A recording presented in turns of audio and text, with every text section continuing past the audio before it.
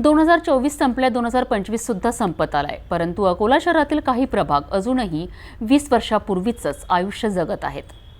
भगतवाडीतील सद्दामनगर आणि सज्जादनगर या दोन वसाहती आजही पक्क्या रस्त्यांपासून आणि नाल्यांपासून वंचित आहेत।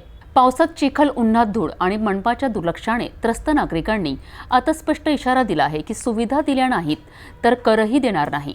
पाहूया आमचे प्रतिनिधी गुलाम मोहसिन यांचा हा विशेष रिपोर्ट। अकोला महानगरपालिकेच्या प्रभाग क्रमांक 9 अंतर्गत येणाऱ्या भगतवाडीमधील सद्दामनगर आणि सज्जादनगर या दोन वसाहतींमध्ये आजही पक्के रस्ते, नाली, स्ट्रीट लाईट आणि मूलभूत सुविधा नाहीत। या बस्त्यापासून 20 वर्ष झालीत, परंतु अजूनही येथे रस्ते नाहीत आणि मनपाची नजरही नाही। पावसात येथे चिखल, उंच सखल रस्ते आणि घराबाहेर पडताना चप्पल नव्हे तर गमबूट घालण्याची वेळ आली आहे। सिटी न्यूज प्रतिनिधी गुलाम मोहसिन यांना नागरिकांनी आपल्या समस्या सांगितल्यात। इस वक्त मौजूद है प्रभाग क्रमांक 9 के अंदर।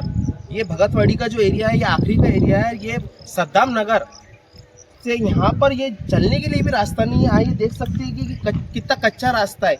और अभी जो बरसात के टाइम पे तो यहाँ की जो नागरिक है, इनसे जानते हैं ये कितनी तकलीफ। आप कितने साल से रह रहे हैं, कितनी तकलीफ है आपको? हम तो अभी 5 साल रह रहे हैं, लोग बाकी लोग ज़्यादा साल से, हमको 5 साल हो गए। तकलीफ इतनी कि हमारे 3 महीने हमारे बच्चे स्कूल में नहीं जा सकते। अगर बीमार पड़े तो दवाखाने में जा नहीं सकते, ऑटो आ नहीं सकते, गाड़ी लेके जा सकते, तो गोद में ले जाएंगे, उठा के नहीं ले जा सकते। इतनी परेशानी, बहुत परेशानी हमारे को। यहाँ पर सांप बिच्छू का भी डर है। सांप बिच्छू हकीकत में आते पैरों में आते, बहुत जनों के आते पैरों में, काटे चुपते काटे है, गड्ढे बड़े बड़े गड्ढे है, कीचड़ बहुत होता, परेशानी। इसे भी जानते हैं कि बहुत तकलीफ से यहाँ पर वहीं रुक जाते हैं ऑटो वाले।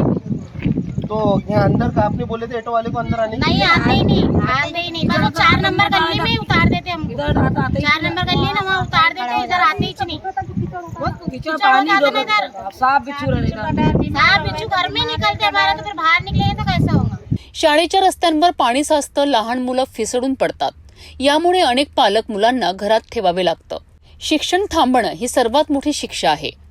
रुग्णवाहिकेला पोहोचणं शक्य नसल्याने आजारी व्यक्तींना मोटरसायकलवर किंवा खाटेवर रस्ता ओलांडून न्यायचं होतं। मस्जिदला जाणारे नमाजी देखील तोच चिखल पार करीत आहेत।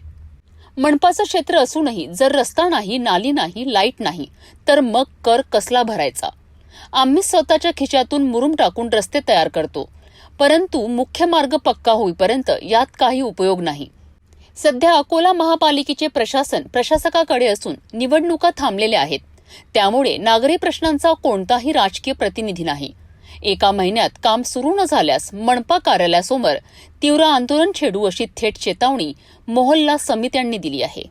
नगर प्रशासन से मेरी ये गुजारिश है कि ये जो भगतवाड़ी गली नंबर 14 सद्दाम नगर में बड़ी परेशानी का हाल होता है, और जो है मतलब साल जब जैसे ही 4 महीने बारिश के आते हैं हमको बड़ी तकलीफ़ का सामना करना पड़ता है, और साथ ही साथ यहाँ पर जो है आने जाने वालों को तकलीफ़ होती है। ये हमको मलमा इस तरह ला करके डालना पड़ता है, और फिर भी जो है नमाजी के नमाज के लिए जाने में तकलीफ़, फिर उसके अलावा स्कूल के बच्चों के लिए स्कूल को जाने के लिए तकलीफ़, और साथ ही साथ जो है यहाँ पर जो है आधे पैर जो है पानी के अंदर डूब जाते हैं और परेशान लोग हो जाते हैं। और साथ ही साथ मैं ये भी कहना चाहता हूँ कि हम हर साल तकरीबन ये जो है 15 साल से तकलीफ़ उठा रहे हैं, तो मेरी ये निवेदन है कि जल्द से जल्द जो है इसका रोड का काम शुरू किया जाए, या तो फिर हमको खड़ीकरण ही कर दिया जाए। अभी जो है फ़ौरन हमारी ये इल्तिजा कबूल की जाए।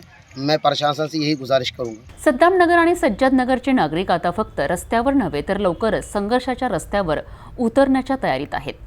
निवडणुका असोत वा प्रशासक राज, नागरी सुविधा या मूलभूत अधिकार आहेत। मात्र त्याच नागरी सुविधा सामान्य नागरिकांना मिळत नसतील तर त्यांनी कर का भरावा?